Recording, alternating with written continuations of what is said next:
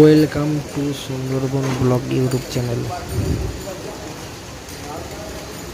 এই ডেকোরেটরের কাজটি হয়েছে কানপুর মন্দাকিনী হোটেল গেস্ট হাউসের ভিতরের কাজ হয়েছে। কেস্টল সেমবিল কাজ হয়েছে, কেস্টল পাখা এবং প্লাস পাইয়ের কাজ হয়েছে। হোটেলের ভিতরে ক্যাপচারটা দেখো। আর নতুন নতুন ভিডিও আসতে চলেছে এই চ্যানেলে, আশা করি ভালো লাগবে। নতুন নতুন ভিডিও, ডেকোরেটরসের নতুন নতুন কাজ ভিডিও আপডেট দেব।